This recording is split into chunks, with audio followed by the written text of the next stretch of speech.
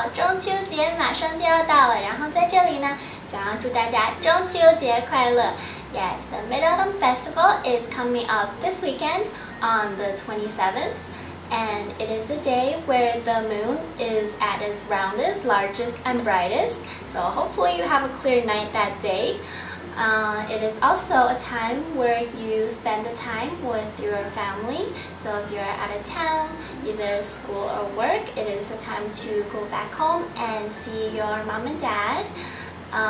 Usually when people think of the Mid-Autumn Festival, they think of mooncakes. Yes, and that is what I have had a ton of different kinds of mooncakes. They have the red beans, the lotus seeds, black sesame seeds, grain, multi-grains, a whole bunch, and I've had a lot of them growing up, so I don't really like them too much now. And recently they actually came up with ice cream kinds and a whole bunch of different varieties, and this year I actually got the chocolate mooncakes. Yes, I love chocolate personally, and I have them right here, and half of the box is actually already gone, so happily in my tummy, and I will just show you guys.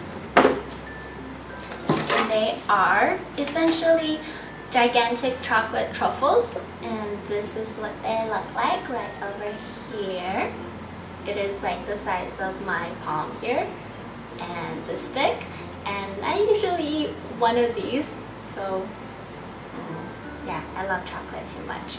And yeah, they come in, this is all complete chocolate with different fillings. This one has oats inside, and there's also a strawberry kind, and also the chocolate where they have nuts and a whole bunch of little truffle fillings. So they're actually really, really good. So I do highly recommend them if you can find them in your local Chinese supermarkets or online. So mooncakes you could find very easily in a lot of places, but there is another dish that is usually eaten at this time of the year, and it's not that easily found unless you have an authentic Chinese restaurant near you, and it is made with this lotus roots. I'm not sure if you've seen one before, but it actually has holes inside, and we are going to put sticky rice inside, and in the end we are going to drizzle some honey syrup on top, and it is a very nice lightweight snack, good for the summer because you can chill it. And also lotus root is actually very good for you if you are having trouble sleeping, and if you're under a lot of stress. There's actually calming properties in here that actually soothes your nerves.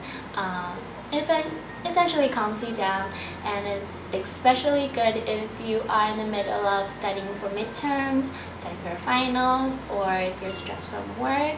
And it's a good snack to have late at night because it's not too heavily loaded with calories. It's very healthy, very lightweight, and also very delicious. So I'll be showing you guys how to make this.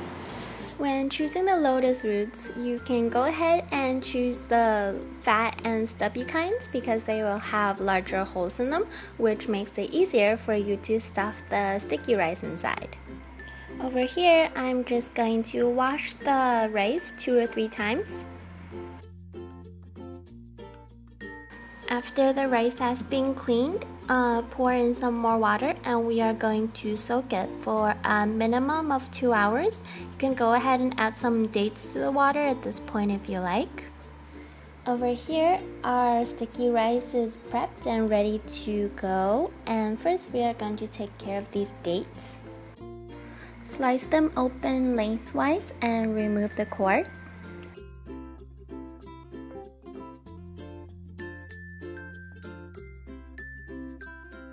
Pour the rice through a strainer and set aside.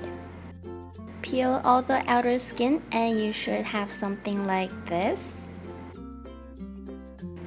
Cut off approximately an inch thick off one end of the lotus root, and remember to rinse out the inside.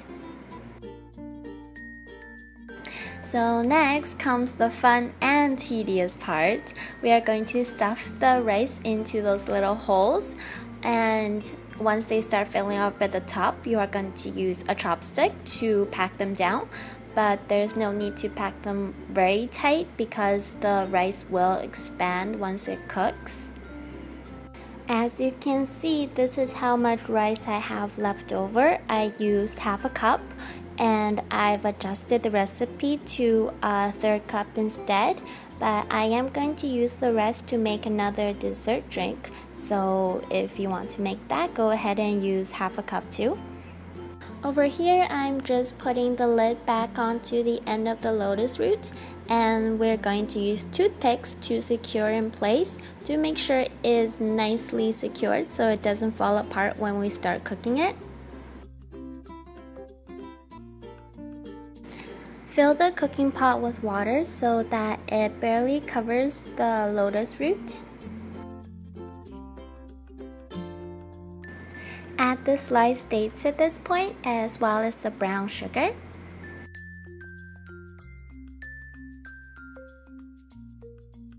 Turn on the heat to high and let it come to a boil. Then bring it down to a medium-low and let it cook for an hour and a half to 2 hours. I almost forgot to put the most essential ingredient, the dried osmanthus.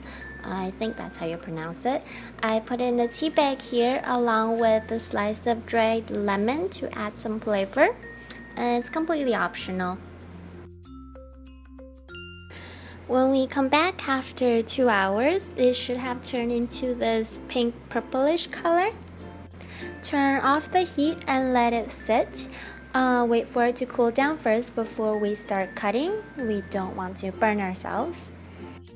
Place onto a cutting board and remove all the toothpicks.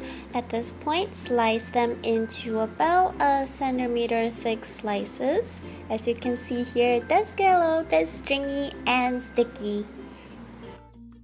Finally, I am taking some of the brown sugar water we cooked the lotus root in, along with some honey, and drizzle them on top. And we are finally done!